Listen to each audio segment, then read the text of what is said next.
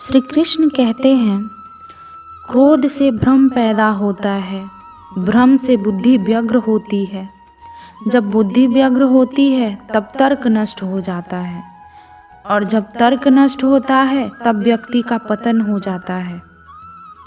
सदैव संदेह करने वाले व्यक्ति के लिए प्रसन्नता ना इस लोक में है और ना ही कहीं और। निर्णय लेते समय ना ज़्यादा खुश हो और ना ज़्यादा दुखी हो। ये दोनों परिस्थितियाँ आपको सही निर्णय नहीं लेने देती।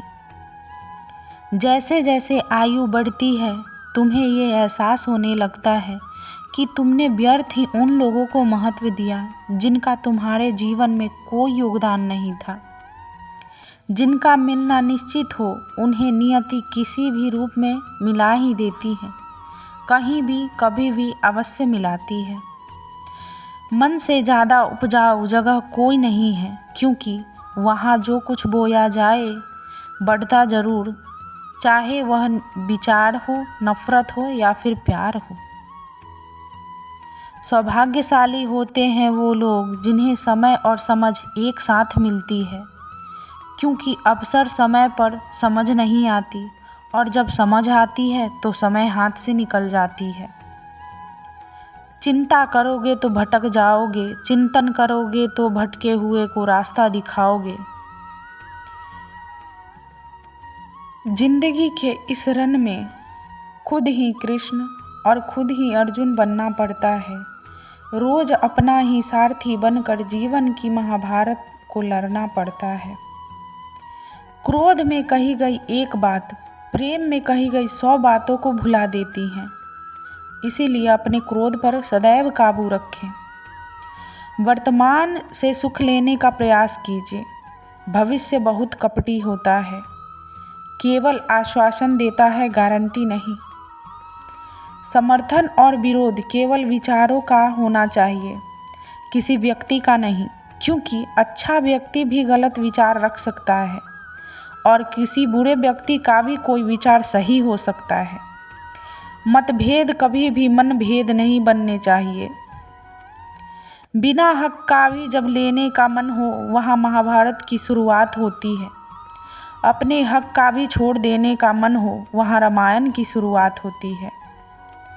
दिल साफ रखो, ऊपर वाले के पास पैसे का हिसाब नहीं, कर्मों का हिसाब होता है। त्याग वही करे जहाँ उसकी कद्र हो। दोपहर में दिया जलाने से अंधकार नहीं बल्कि उसका वजूद कम होता है। समय कभी नहीं रुकता। आज यदि बुरा चल रहा है तो कल अवश्य अच्छा आएगा। उससे मत डरो जो वास्तविक नहीं है, ना कभी था ना कभी होगा। जो वास्तविक है वह हमेशा था और उसे कभी नष्ट नहीं किया जा सकता।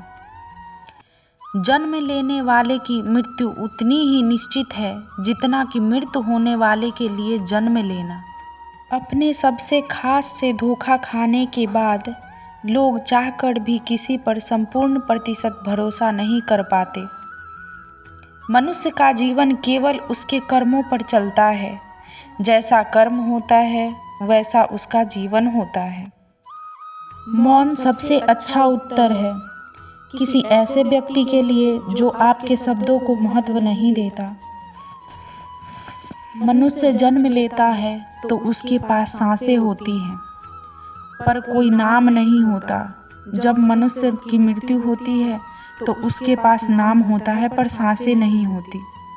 इसी सांस और नाम के बीच की यात्रा को जीवन कहते हैं। न किसी के अभाव में जियो, न किसी के प्रभाव में जियो। यह जिंदगी है, आपकी अपने स्वभाव में जियो। किसी के प्रति मन में क्रोध लिए रहने की अपेक्षा उसे तुरंत प्रकट कर देना अधिक अच्छा है। जैसे क्षण भर में जल जाना देर तक सुलगने से अधिक अच्छा है।